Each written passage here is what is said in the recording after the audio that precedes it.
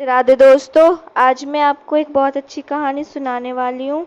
अगर आपको मेरी कहानी अच्छी लगे तो मेरे चैनल को लाइक, सब्सक्राइब और शेयर ज़रूर करना। मैं 1 महीने पहले ही अमेरिका से लौटा था और इंडिया आते ही मुझे अपने कारोबार को सेट करने की चिंता लगी हुई थी। लेकिन घर तो एक नया तमाशा ही लग रहा था।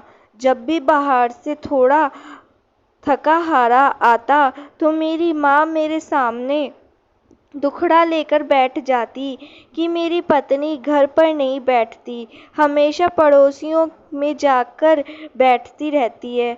ना घर का ख्याल है ना बच्चों का, जब देखो पड़ोस में ही बैठी रहती है। यह बात बिल्कुल सच थी। मेरी पत्नी वंशिका, मैं जब भी घर आता तो मुझे पड़ोसियों के घर ही मिलती। मैंने अपने बेटे से कहा, बेटा एक गिलास पानी तो पिला दो। पूरे घर पर नजर डाली, पूरा घर बिखरा पड़ा था। मेरी बात सुनकर मेरी मम्मी बोली, तुम बात क्यों नहीं करते हो वंशिका से कि थोड़ा घर का भी ख्याल रखे।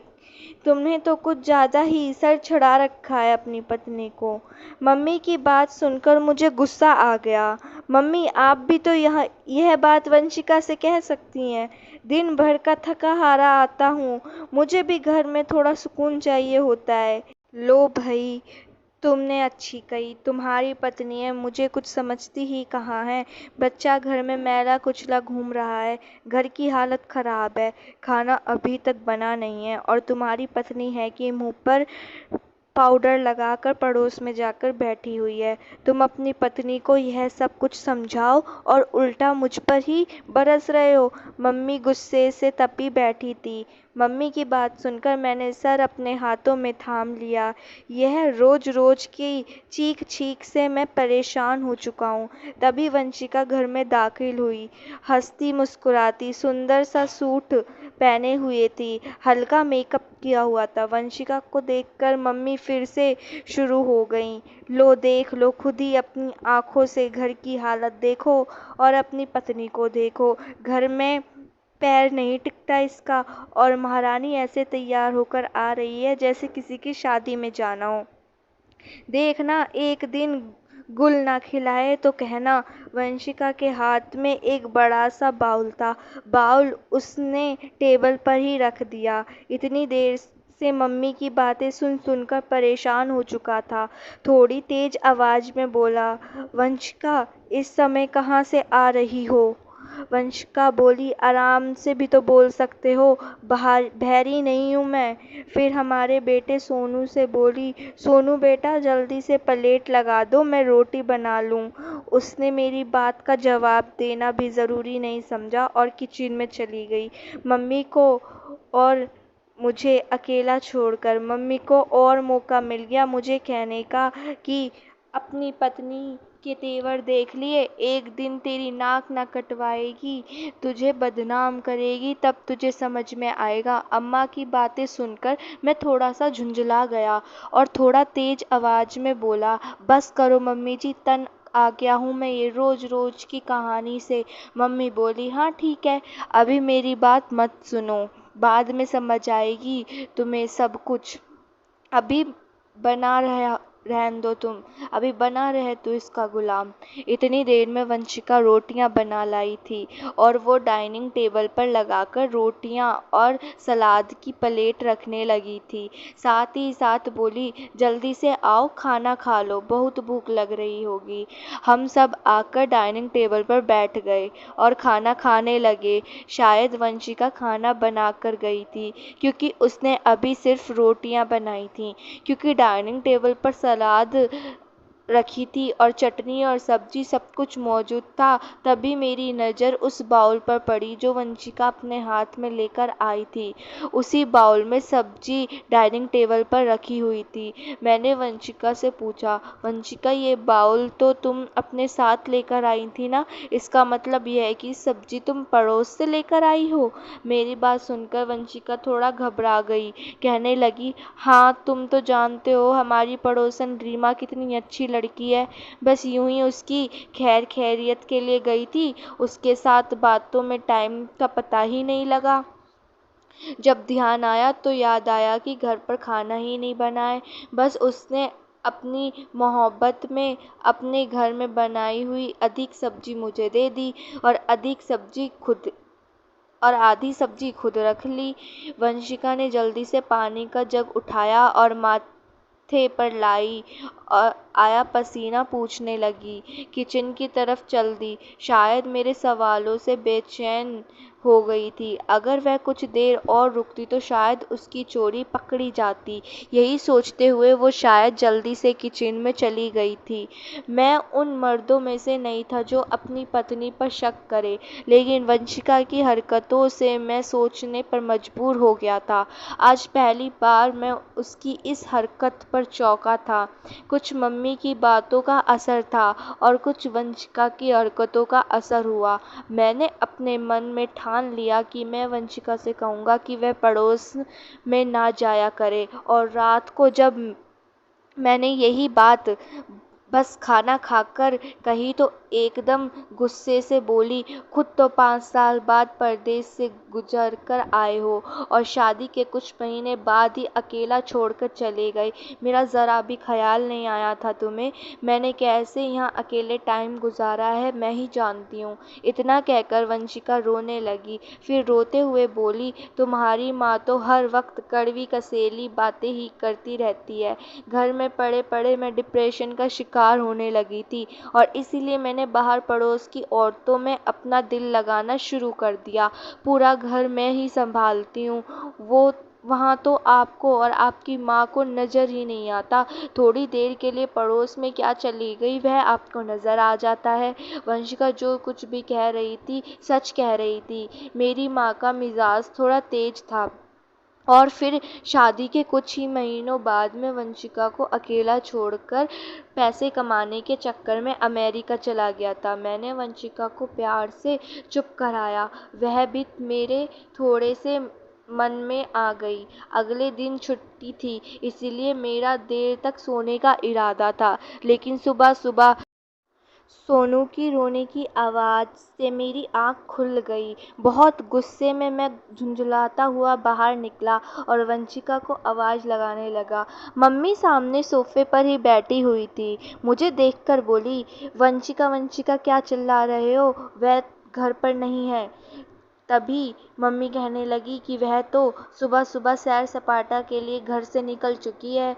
उसे ना घर का ख्याल है ना बच्चे का। बच्चा भूख से रो रहा है। सोनू को इस तरह बिलख बिलख कर रोता देखकर मुझे वंशिका पर बहुत गुस्सा आया। एक तो अभी अभी नींद से जागा था, ऊपर से सोनू का रोना और उस पर जलती आग पर घी का काम मेरी मम्मी की बातें कर रही थी। मैंने गुस्से से पूछा, मम्मी कहाँ गई है? मम्मी बोली, बताया तो है कि सुबह सुबह सैर सपाटे के लिए निकल चुकी है। महारानी ऊपर छत पर होगी, जा देख ले कहाँ है। पड़ोसियों के घर जाती है या फिर ऊपर छत पर लटकी रहती है और पड़ोसियों से बात करती रहती है। उसे ना भूख से तड़पते बच्चे का ख्याल है और ना ही मेरा ख्याल है। इतना कहकर मम्मी रोने लगी। कितने अरमानों से उसे बहू बनाकर घर लाई थी। सोचा था घर में बहू आएगी तो थोड़ा आराम मिलेगा मुझे, लेकिन उसने तो मेरा जीना भी हराम कर दिया है। क्या बताऊं श्याम बेटा, जब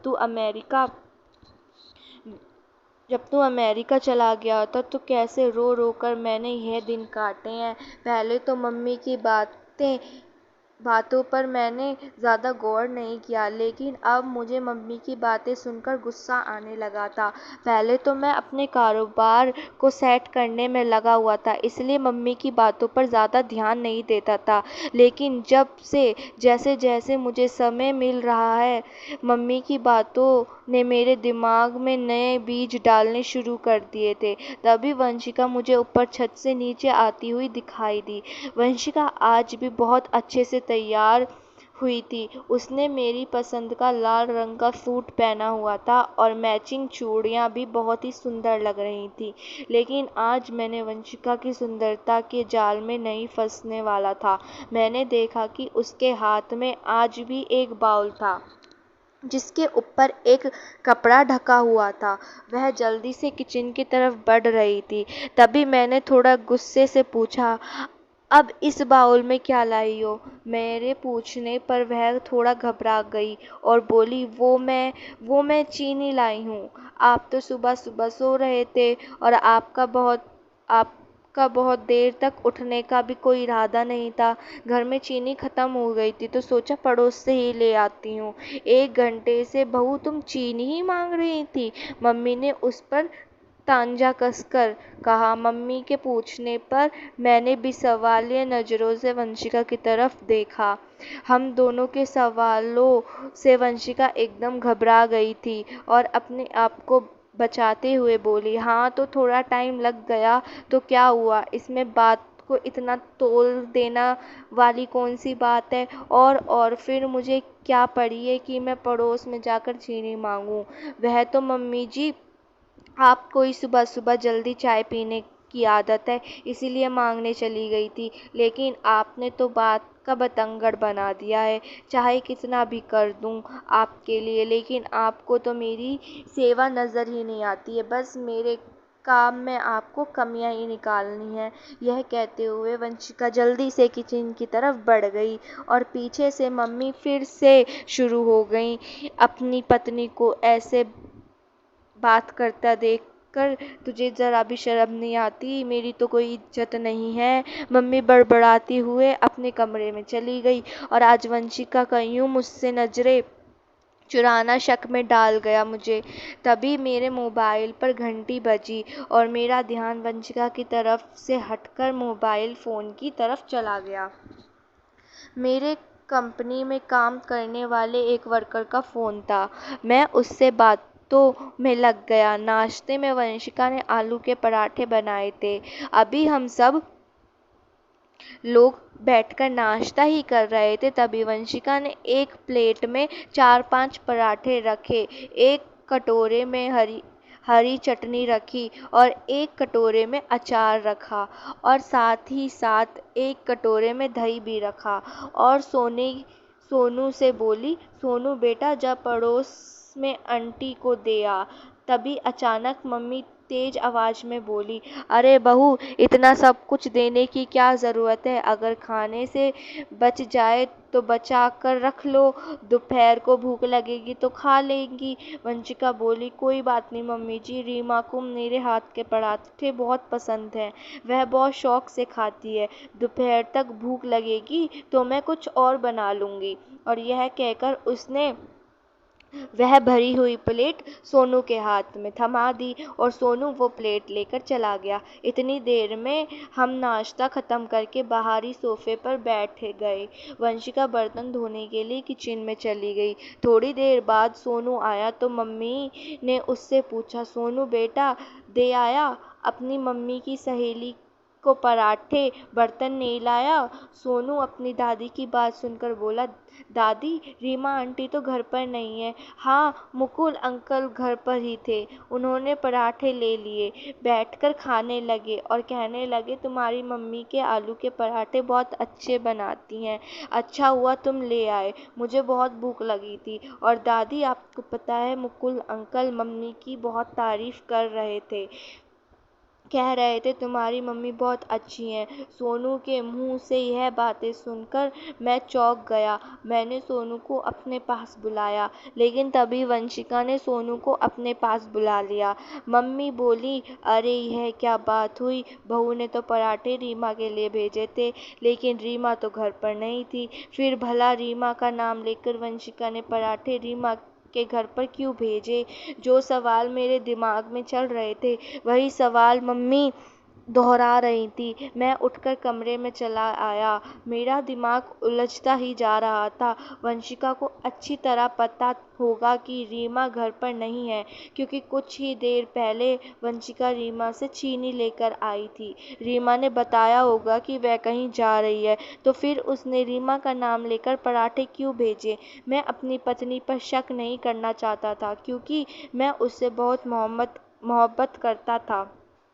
वंशिका से मेरी लव मैरिज हुई थी। अपने माँ बाप का इकलौता बेटा था मैं।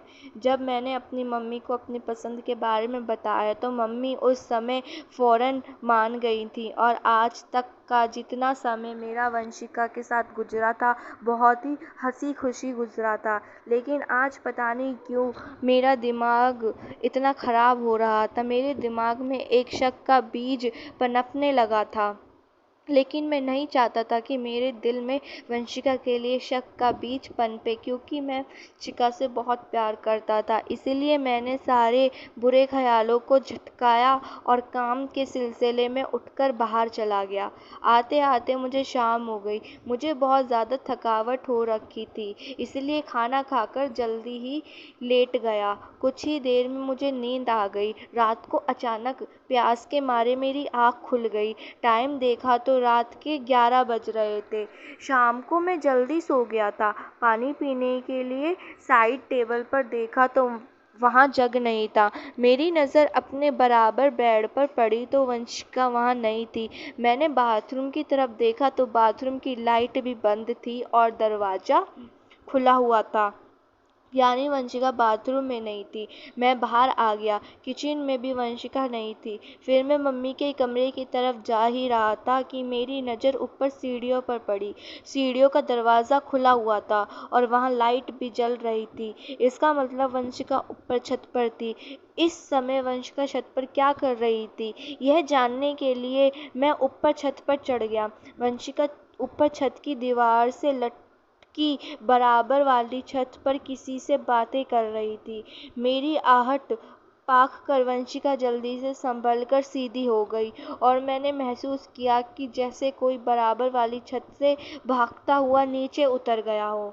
मैंने बराबर वाली छत पर जाकर देखा तो वहाँ कोई नहीं था। हालांकि मैंने अपने कानों से सुना था, दो लोगों के बात करने की आवाज़ आ रही थी।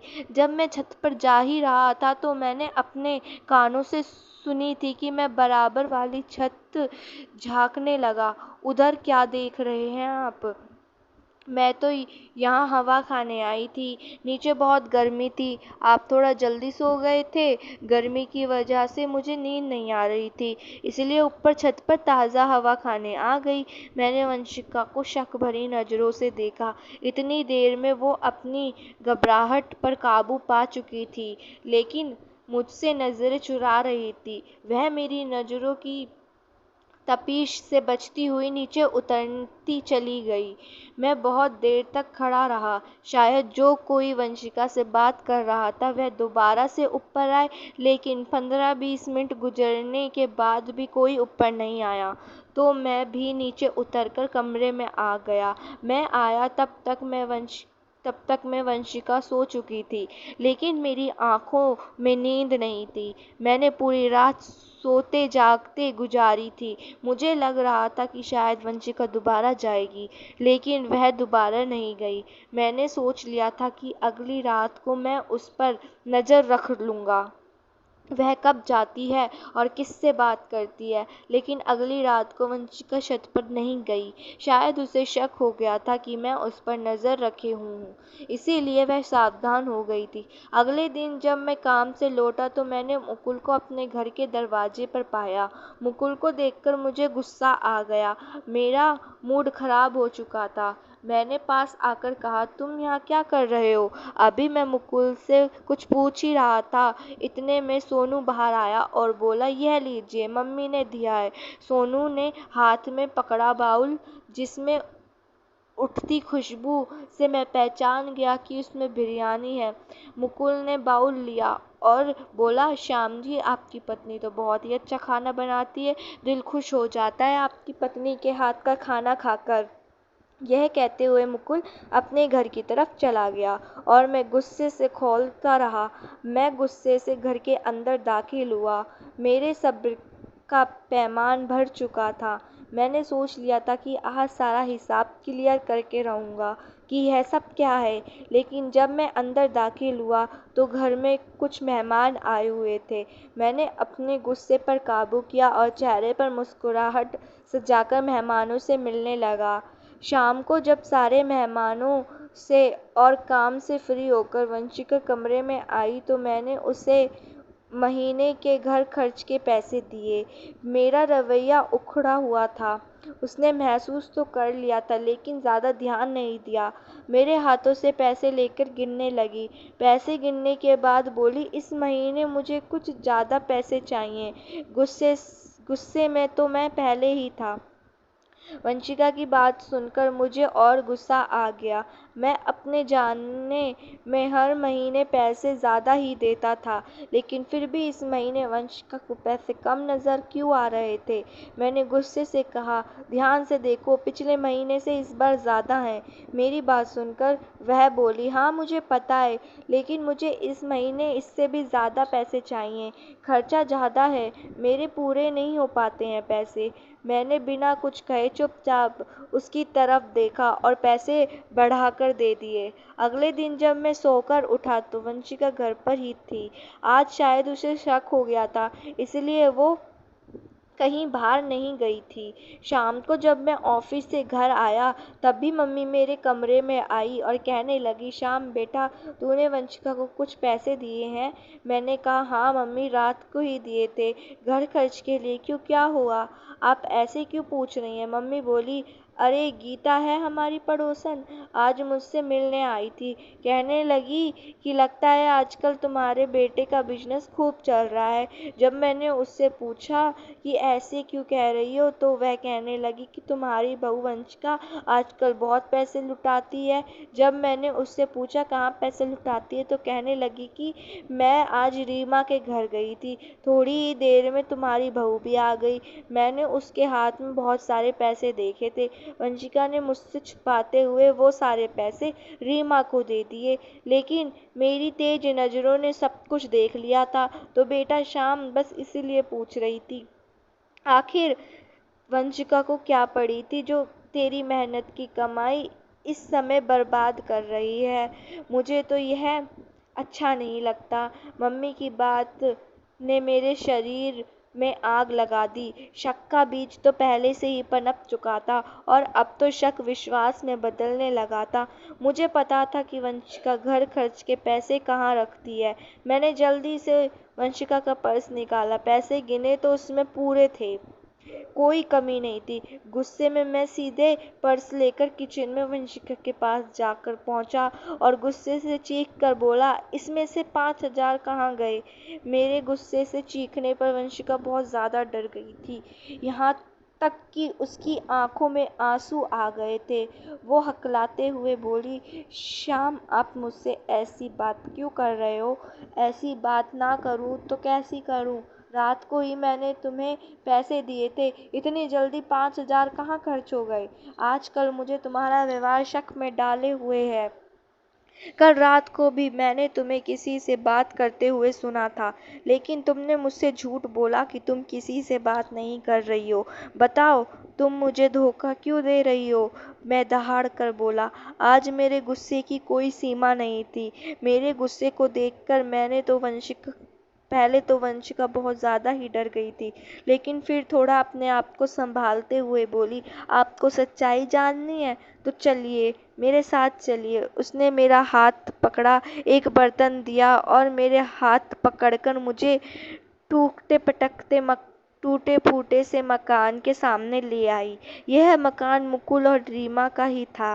वंशिका ने टूटे हुए दरवाजे की खिड़की खोली और हम दोनों अंदर दाखिल हो गए। घर की हालत बहुत ही ज़्यादा खराब थी। घर के एक एक सामान से गरीबी टपक रही थी। सामने आंगन में दो बच्चे खेल रहे थे, जिनके हाथों में खिलौनों की जगह पत्थर थे। उन बच्चों ने जो कपड़े पहन रखे थे, उन्हें मैं फौरन पहचान गया कि वह मेरे बेटे सोनू के कपड़े थे।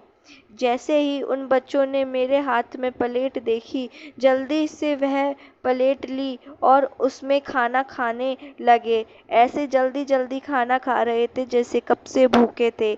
मैं हैरत में था, मुंह खुला हुआ था, उन बच्चों को खाना खाते हुए देख रहा था। तभी मुझे वंशिका की आवाज़ सुनाई दी, श्याम, अगर इन बच्चों की जगह हमारे बेटा सोनू होता तो? उसकी बात सुनकर मुझे अंदर तक हिल गया। अंदर कमरे में से रीमा निकल आई। बहुत ज़्यादा कमज़ोर हो चुकी थी।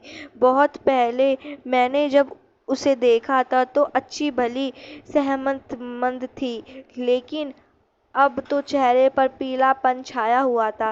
रीमा कमज़ोर सी आवाज़ में बोली, अरे वंशिका और शाम भाई, आप भी आइए बैठिए। उसने दो टूटी हुई कुर्सी की तरफ इशारा किया और खुद भी एक टूटी हुई चारपाई पर बैठ गई। मैं और वंशिका टूटी हुई कुर्सी पर बैठ गए। रीमा फिर बोली, अरे श्याम भाई, आज आप यहाँ का रास्ता कैसे भूल गए? वंशिका तो रोज़ आती रहती है मेरी खैर खबर के लिए, बहुत ही अच्छी है। भगवान ऐसी पड़ोसन सबको दे। ये मुकुल के कारोबार में घाटा लग गया, तब से हमारे भूखे रहने की नौबत आ गई है। पुराना घर छूट गया और उससे टूटे-फूटे मकान में आ गए। इतना ज़्यादा कर्ज हो गया कि सब कुछ बेच-बाच कर कर्ज चुकाना पड़ा, तो भूखे पेट सो जाते हैं, लेकिन बच्चों की भूख से तड़पना नहीं देख पाते। लेकिन ऐसे में वंशिका ने हमारी बहुत मदद की, और जो भी मदद की लोगों से छुपकर की, ताकि हमारी इज्जत रह जाए। मेरे ही बर्तनों में अपने घर से लाकर खाना दे जाती है। कभी चीनी, मिर्च, मसाले मुझसे मांगने के बहाने आती है, और इसी बहाने चीनी, पत्ती, मसाले मुझे दे जाती है, जिससे कि मेरे घर का खर्च चल जाता है। मैं आप लोगों की बहुत एहसानमंद हूँ। आप लोगों ने मेरी इतनी मदद की, भगवान आपकी हर मुराद पूरी करेगा।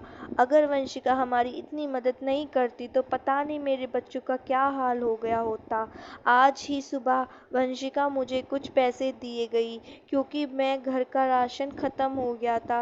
कहने लगी, रीमा दीदी पैसे मुझसे ले लो, लेकिन बच्चों को भूखा मत रखना। घर में तो मैं ऐसे ही रूखा सूखा खाना बनाती हूँ, लेकिन वंशिका जब अपने घर से कोई अच्छी चीज़ बनाती है तो मेरे बच्चों को ज़रूर देती है। उस दिन भी उसने पराठे भेजे थे। मुकुल को पराठे बहुत पसंद आए थे। सच में श्याम भाई साहब, आपकी पत्नी हीरा है। मेरे बच्चों के दिल से और मेरे दिल से निकली दुआ आपको ज़रूर लगेगी। रीमा की बातें सुनकर मेरा सिर शर्म से झुक गया। मैंने क्या समझा था और कहानी क्या निकली? मैंने अपनी ही पत्नी पर शक किया, उस पत्नी पर जो देवी समान थी। मैं खुद को बहुत ही गिरा हुआ इंसान समझ रहा था। वंशिका और मैं घर वापस आ गए। मैं शर्मिंदगी की वजह से वंशिका से नज़रें नहीं मिला पा रहा था। वह बोली, श्याम, मैं यह सब कुछ किसी को बताना नहीं चाहती थी, क्योंकि मैं उन लोगों का भरम नहीं तोड़ना चाहती थी। श्याम, मेरा दिल बहुत ही दुखता है। हम तो अच्छा अच्छा खाए हैं, हमारे बच्चे भी अच्छे अच्छे खाते हैं, लेकिन पड़ोस में बच्चे भूखे से तड़प रहे हैं। हम अपना फ़र्ज़ हम अपना फ्रिज भर भर कर रखते हैं अगले दिन तक के लिए। शाम क्यों नहीं हम कुछ थोड़ा सा ज़्यादा खाना बनाकर ज़रूरतमंदों के लिए क्यों नहीं भेज सकते? अपनी ज़रूरत को कम करके किसी दूसरे का घर चूल्हा जला सकते हैं। वंशिका की बातों ने मेरे अंदर हलचल पैदा कर दी। सही कह रही थी वे, क्योंकि हम अपनी खुशियों में इतना मगन हो जाते हैं कि किसी दूसरे के सुख के आंसू भी हमें दिखाई नहीं देते हैं। धन्यवाद।